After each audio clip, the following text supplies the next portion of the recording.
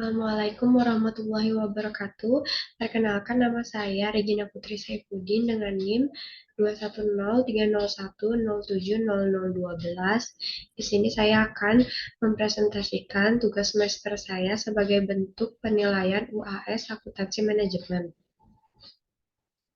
Soal 1, Plata Company memproduksi dua macam produk tas kinerja, yaitu tas kinerja premium dengan brand Malatin Elegant dan tas kerja kualitas standar brand Malatin Pina. Nah, di sini ada data ekspektasi produk Elegant dan Pina, yaitu overhead setting peralatan senilai 3.000 US dollar dan pemrosesan dengan mesin 18.000 US dollar. Selanjutnya direct labor, yaitu elegan 9.000 US dollar dan Vina 3.000 US dollar.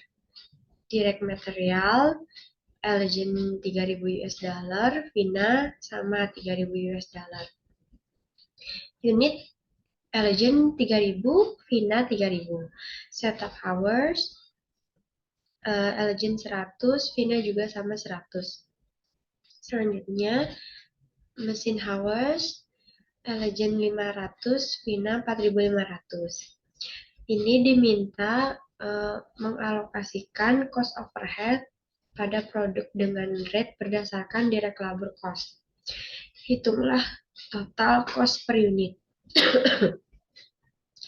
Di sini saya menjawab tarif overhead yaitu setting peralatan ditambah pemrosesan dengan mesin dibagi total biaya tenaga kerja langsung. Setting peralatan yaitu 3.000 US dollar ditambah 18.000 US dollar dan dibagi 12.000 US dollar. Saya menemukan totalnya 1,75 atau 175%. Nah, di sini elegan yaitu 1,75 dikali 9.000 US dollar dibagi 3.000, hasilnya 5,25 US dollar per unit. Untuk Vina 1,75 dikali 3.000 US dollar dibagi 3.000, hasilnya 1,75 US dollar per unit. Dalam pembebanan overhead dapat kita ketahui bahwa tarif biaya overhead berdasarkan tenaga kerja langsung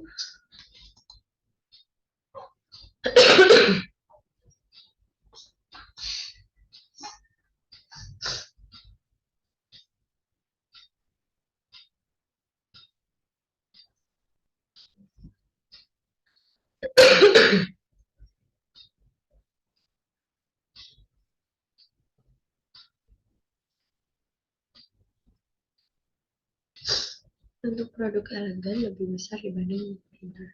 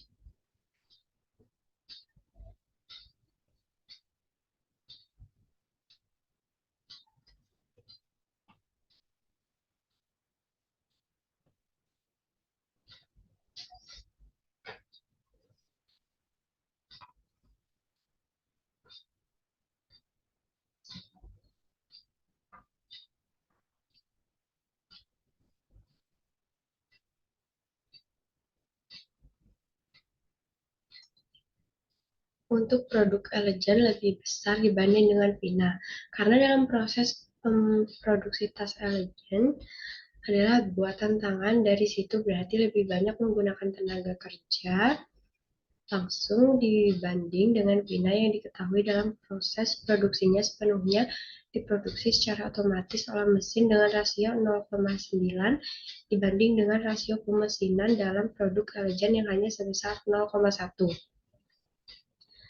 Nomor 2, alokasikanlah cost overhead pada produk berdasarkan driver tiap aktivitas yang paling tepat. Ditulislah total cost per unit.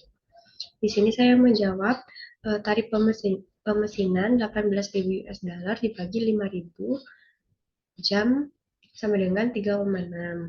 Untuk tarif pengaturan 3.000 US dollar dibagi 200 jam sama dengan 15. Di sini biaya penggunaan overhead yang mesin Elegen 1.800 US dollar, sedangkan Vina 16.200 US dollar.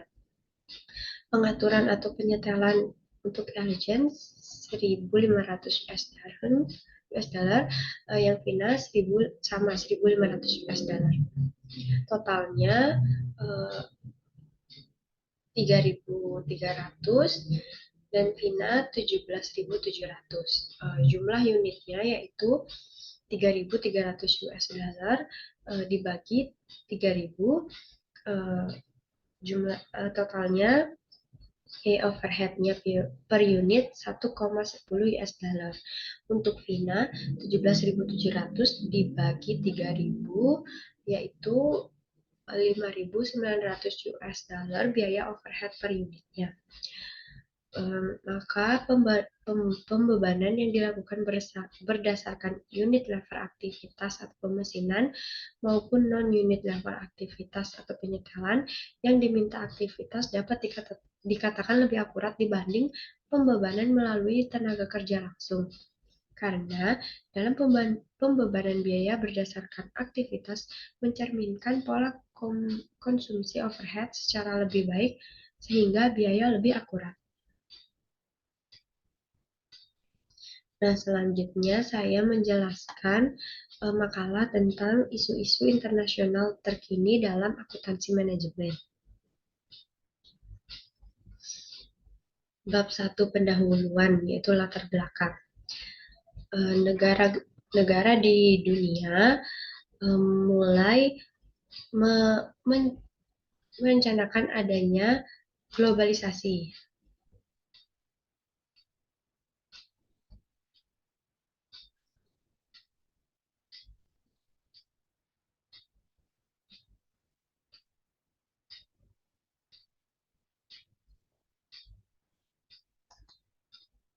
Yaitu upaya untuk mempermudah produk dari perusahaan asing masuk ke pasar dalam negeri. Kondisi yang ada menyebabkan negara seakan-akan tidak memiliki batasan-batasan geografis lagi, sehingga banyak perusahaan yang melakukan pengembangan usaha ke negara lain. Banyak perusahaan yang melakukan kegiatan operasional tidak dalam lingkup nasional, tetapi lingkup yang lebih luas yaitu internasional. Perluas bisnis menuju taraf internasional membuat adanya tuntutan bagi bidang-bidang yang ada di dalam perusahaan untuk melakukan berbagai perubahan untuk penyesuaian. Apabila akuntansi manajemen sebagai salah satu cabang ilmu komunikasi yang digunakan oleh perusahaan dalam menjalankan kegiatan bisnis juga dituntut untuk melakukan perubahan sebagai penyesuaian. Akuntansi manajemen yang tidak mampu berkembang sebagai bentuk penyesuaian dengan karakteristik bisnis internasional lambat laun akan tergeser karena dianggap tidak memiliki peranan bagi perusahaan. Nah, berdasarkan paparan yang dikemukakan, maka timbul ketertarikan untuk mengembangkan pembahasan mengenai perkembangan akuntansi manajemen dalam bisnis internasional. Hal ini bertujuan agar mampu memberikan pemahaman mengenai peran penting perkembangan akuntansi manajemen dalam lingkup bisnis internasional dan bentuk perkembangan akuntansi manajemen dalam lingkup bisnis internasional. Hal ini menyebabkan akuntansi manajemen tetap mampu bertahan dalam memberikan peran khususnya sebagai penyedia informasi yang dibutuhkan untuk dasar pengambilan keputusan yang tepat. Selanjutnya, pembahasan. Yang pertama, pengertian akuntansi manajemen. Suatu tipe informasi kuantitatif yang menggunakan uang sebagai satuan ukuran, yaitu digunakan untuk membantu manajemen dalam pelaksanaan pengelolaan perusahaan, atau informasi keuangan merupakan keluaran yang dihasilkan oleh tipe akuntansi manajemen yang dimanfaatkan oleh pemakaian intern organisasi. Nah, di sini akuntansi manajemen banyak menyediakan keterampilan bisnis dan keuangan. Sebagai besar perbedaan ini berkaitan dengan lingkungan bisnis, yaitu lingkungan budaya, hukum politik, dan ekonomi dari masing-masing negara. Karena tugas utama akuntansi manajemen adalah menyediakan informasi yang relevan kepada pihak manajemen dan agar tetap mampu mengikuti perkembangan, maka akuntansi manajemen harus membaca berbagai buku, artikel, pemasaran, dan lain-lain untuk dituntut memahami dan mendalami standar akuntansi keuangan dari berbagai negara yang berbeda, budaya, hukum, politik, dan ekonomi maupun sosial. Selanjutnya, saya akan menjelaskan isu-isu internasional dalam akuntansi manajemen. Isu internasional dalam akuntansi manajemen yaitu adanya kemampuan bisnis dan keuangan dalam diri para akuntansi manajemen ini. Semakin tidak terduga dan perubahan sifat bisnis global yang senantiasa terjadi, maka akuntan manajemen harus selalu mengetahui isu-isu terkini atau update dalam berbagai area bisnis. Selain itu, akuntansi manajemen harus mengenal berbagai aturan akuntansi keuangan dalam negara tempat perusahaan beroperasi, yaitu yang pertama, di sini tingkat keterlibatan dalam perdagangan internasional. Di sini perusahaan yang terlibat dalam bisnis internasional ini dapat melakukan 3 macam aktivitas, yaitu ekspor-impor, membeli anak perusahaan yang dimiliki penuh, atau berpartisipasi dalam joint venture. Selanjutnya, impor dan ekspor. Impor adalah proses membawa produk dari suatu negara asing, sedangkan ekspor adalah proses mengirimkan produk ke negara asing. Nah, di sini dalam mekanisme perdagangan internasional, biasanya suatu negara memiliki zona perdagangan asing, yaitu area dari suatu bagian yang secara fisik ada di dalam wilayah suatu negara tetapi dianggap sebagai area perdagangan di luar negara tersebut. Di sini saya akan mempersingkatnya dan lanjut ke anak perusahaan yang dimiliki penuh. Di sini artinya sebuah perusahaan multinasional dapat mendirikan anak perusahaan ataupun kantor cabang di negara tersebut. Hal ini akan mempermudah operasi perusahaan multinasional. Nah, perusahaan ini dapat secara langsung membangun fasilitas produksi dan distribusi produknya di negara lain. Dan yang selanjutnya, joint venture. Joint ini atau patungan adalah suatu bentuk kemitraan yang mana beberapa investor bergabung dalam kepemilikan perusahaan. Sehingga perusahaan multinasional perlu membentuk joint venture dengan perusahaan di China.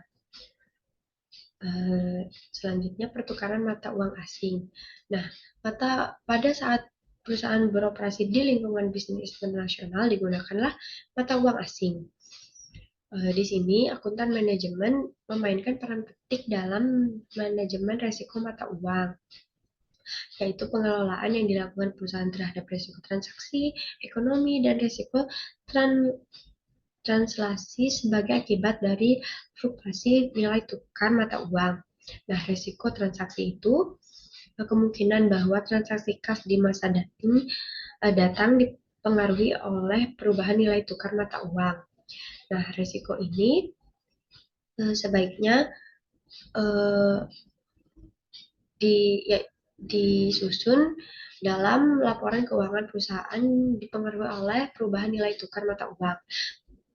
Nah, sebaliknya, eh, maaf, jika mata uang suatu negara menguat terhadap mata uang negara lain, hal itu disebut apresiasi. Sebaliknya, depresi terjadi jika mata uang suatu negara relatif lemah dibandingkan dengan mata uang negara lain, maka apresiasi mata uang akan menimbulkan keuntungan nilai tukar atau exchange gain. Sedangkan depresiasi akan menimbulkan kerugian nilai tukar atau exchange loss. Selanjutnya, hedging. Salah satu cara mengamankan pertukaran mata uang asing dari keuntungan ataupun kerugian adalah melalui hedging atau lindung nilai. Biasanya suatu forward exchange kontrak digunakan sebagai hedge. Forward contract meminta pembeli untuk menukarkan sejumlah tertentu mata uang pada nilai tukar tertentu. Nah, tentu saja hedging dapat juga dilakukan dengan menyepakati pertukaran mata uang dengan mata uang lainnya pada waktu tertentu di masa yang akan datang. Nah, perusahaan induk pun sering menyatakan kembali laba semua anak perusahaannya dalam mata uang negara perusahaan induk. Hal ini dapat menimbulkan laba atau rugi akibat penilaian kembali mata uang asing dan dapat mempengaruhi laporan keuangan anak perusahaan dan perhitungan ROI dan EFA yang terkait. Nah, akuntan manajemen harus memahami sumber dari resiko translasi ini. Selanjutnya, desentralisasi di MNC. Pada dasarnya, alasan MNC untuk melakukan desentralisasi sama dengan alasan yang digunakan oleh perusahaan nasional ketika memilih desentralisasi.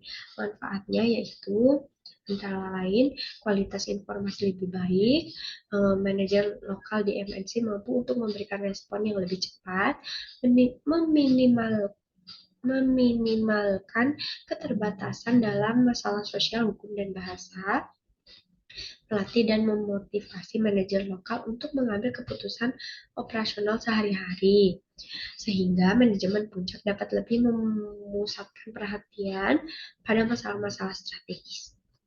Yang terakhir, memberikan pengalaman yang berharga bagi manajer anak perusahaan di luar negeri melalui interaksi dengan manajer kantor pusat maupun manajer luar negeri lainnya. Nah, selanjutnya pengukuran kinerja di MNC ini. Nah, evaluasi terhadap manajer seharusnya tidak melibatkan faktor-faktor yang tidak dapat ia kendalikan. Faktor-faktor tersebut membuat lingkungan yang mempengaruhi evaluasi kinerja di MNC, yaitu pertama, hukum dan politik, meliputi kualitas, efisiensi, dan efektivitas struktur hukum, dan lain-lain. Yang kedua, ekonomi, meliputi pengaturan sistem perbankan sentral, stabilitas ekonomi, keberadaan pasar modal, dan batasan mata uang. Yang ketiga, sosial, meliputi sikap sosial terhadap industri dan bisnis, sikap kultural terhadap kekuasaan dan bawahan, sikap kultural terhadap produktivitas dan etika kerja, dan keragaman budaya dan ras. Yang keempat, pendidikan, meliputi tingkat bebas buta huruf, tingkat pendidikan formal dan pelatihan, dan tingkat pelatihan teknis, serta tingkat kualitas pengembangan manajemen. Di sini saya akan menjelaskan tentang transfer pricing di MNC. Untuk perusahaan multinasional, transfer pricing harus memenuhi dua tujuan. Yang pertama, evaluasi kinerja dan penentuan optimal atas pajak penghasilan. MNC di sini memanfaatkan transfer pricing untuk memindahkan biaya ke negara lain yang memiliki tarif pajak tinggi dan memindahkan pendapatan ke negara dengan tarif pajak rendah. Selanjutnya, etika dalam bisnis internasional. MNC menghadapi isu-isu etika yang mungkin tidak muncul dari perusahaan domestik. Nah, tentunya pelanggaran ini merupakan kode etik bisnis. Sistem dasar yang kuat sangat penting bagi kepastian berbagai kontrak dan fungsi sebagai landasan bagi kepercayaan dalam urusan etika. Selanjutnya, tuntutan terhadap akuntansi manajemen di era bisnis internasional. Nah, di sini perusahaan menjadi multinasional karena ada keinginan utama untuk memperluas pasar dan memperkuat posisi persaingan. Di sini akuntansi manajemen dituntut memiliki kemampuan dalam mengikuti perkembangan dan mempertahankan kemampuan untuk menyediakan informasi yang berkualitas. Nah, faktor lingkungan yang berpengaruh pada perkembangan akuntansi manajemen pada dasarnya dapat dibedakan menjadi 3 hal, yaitu faktor ekonomi, faktor institusional, dan faktor individu. Ketiga ini, yang pertama faktor ekonomi ini meliputi hal-hal yang menjadi pendorong perubahan dalam faktor ekonomi akan mendatangkan manfaat bagi akuntansi manajemen untuk melakukan penyesuaian sebagai bentuk perkembangan agar tidak kehilangan peran yang dimiliki. Nah, faktor yang kedua, institusional. Nah, faktor ini adalah yang berpengaruh terhadap masa depan perusahaan. Akuntansi manajemen hendaknya juga melakukan pemahaman terhadap faktor institusional agar mampu meningkatkan peran yang dimiliki dalam rangka penyajian berbagai informasi dan ulasan terhadap peningkatan kinerja perusahaan di masa mendatang. Nah, yang terakhir, faktor individu ini yaitu penyesuaian yang dilakukan oleh akuntansi manajemen karena lingkup usaha menjadi perusahaan multinasional. Membuat akuntansi manajemen dituntut untuk tidak sekedar memiliki kemampuan dalam mengelola informasi biaya dan masukan tentang upaya untuk pembangunan perusahaan. Akuntansi manajemen dituntut untuk berperan menyediakan informasi yang lebih luas dalam persaingan dalam bisnis internasional. Nah, saya lanjutkan untuk akuntansi pertanggungjawaban berdasarkan aktivitas dan strategi. Di sini sistem akuntansi pertanggungjawaban ini didukung oleh 4 elemen yang penting. Yang pertama, membedakan tanggung jawab, menentukan ukuran kinerja, mengevaluasi kerja, memberikan reward. Nah, di sini sistem akuntansi pun menawarkan 3 jenis akuntansi pertanggungjawaban. Yang pertama, akuntansi pertanggungjawaban berdasarkan fungsional, yang kedua berdasarkan aktivitas, dan yang ketiga berdasarkan strategi. Nah, akuntansi pertanggungjawaban ini setiap individunya mengelola untuk pencapaian atau pembuatan di bawah standar yang dianggaran dalam perkembangannya. Akuntansi pertanggungjawaban berdasarkan fungsional sering dianggap tidak mampu memenuhi kebutuhan lingkungan bisnis dan bersifat dinamis. Maka beberapa keterbatasan yang dimiliki akuntansi pertanggungjawaban berdasarkan fungsional antara lain, yang pertama, lalu mengandalkan pada varian dan standar. Varian dan standar ini cenderung statis, mendukung stabilitas organisasi, serta memungkinkan adanya tingkat inefisiensi tertentu. Yang kedua, faktor internal dan eksternal. Yang ketiga, terlalu menekankan pada tenaga kerja langsung. Yang keempat, mengabaikan biaya yang tidak bernilai tambah. Yang kelima, varian tradisional dan laporan kinerja memberikan insentif yang kurang tepat. Selanjutnya, terlalu menekankan pada ukuran keuangan. Nah, pertanggungjawaban kinerja diukur berdasarkan faktor keuangan dan non-keuangan atau operasional. Waktu, kualitas, dan efisiensi merupakan dimensi penting dari kinerja karena sistem ini bertujuan untuk menghasilkan produk dengan biaya rendah. Maka perubahan yang dapat dilakukan yaitu yang pertama, perbaikan proses inovasi, dan penciptaan proses. Nah, akuntansi Pertanggungjawaban ini berdasarkan strategi kelemahan utama dari perbaikan berkelanjutan adalah tidak mampu untuk menyesuaikan dengan misi dan strategi organisasi secara keseluruhan. Oleh karenanya, diperlukan perbaikan berkelanjutan yang terarah. Akuntansi pertanggungjawaban berdasarkan strategi ini memiliki dibagi menjadi 4 dimensi, yaitu keuangan, pelanggan, proses bisnis internal, dan serta pembelajaran dan pertumbuhan. Maka reward untuk individu diberikan berdasarkan ukuran kinerja multidimensional. Nah, selanjutnya yang terakhir penutup.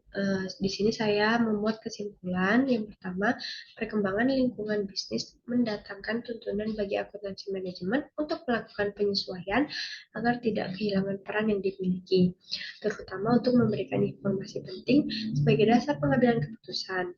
Yang kedua, keberadaan lingkungan bisnis internasional juga mendatangkan perkembangan bagi akuntansi manajemen, yaitu teori akuntansi manajemen yang lama seperti alokasi biaya tradisional, economic order quantity, reorder point, dan lain-lain. Yang ketiga, akuntansi manajemen dengan peningkatan kemampuan yang dimiliki akan mampu menyelesaikan permasalahan yang dihadapi berkaitan dengan lingkup bisnis internasional, antara lain kebutuhan akan sistem desentralisasi, penilaian kinerja yang baik, serta sistem harga transfer. Di sini saya memuat saran, yaitu seorang akuntan manajemen harus bisa up to date agar mengetahui apa yang terjadi di luar negara. Yang kedua, mengetahui hukum-hukum internasional agar bisa melakukan pembenaran ekspor dan impor satu barang. Yang terakhir, perusahaan harus mampu untuk menangkap semua informasi-informasi yang ada di luar negara secara cepat agar mengetahui isu-isu internasional. Di sini daftar pustaka saya mengutip dari berbagai jurnal dan palangkaraya. Berikut presentasi tugas semester saya. Maaf jika ada salah kata dan salah penulisan. Saya ucapkan terima kasih. Wassalamualaikum warahmatullahi wabarakatuh.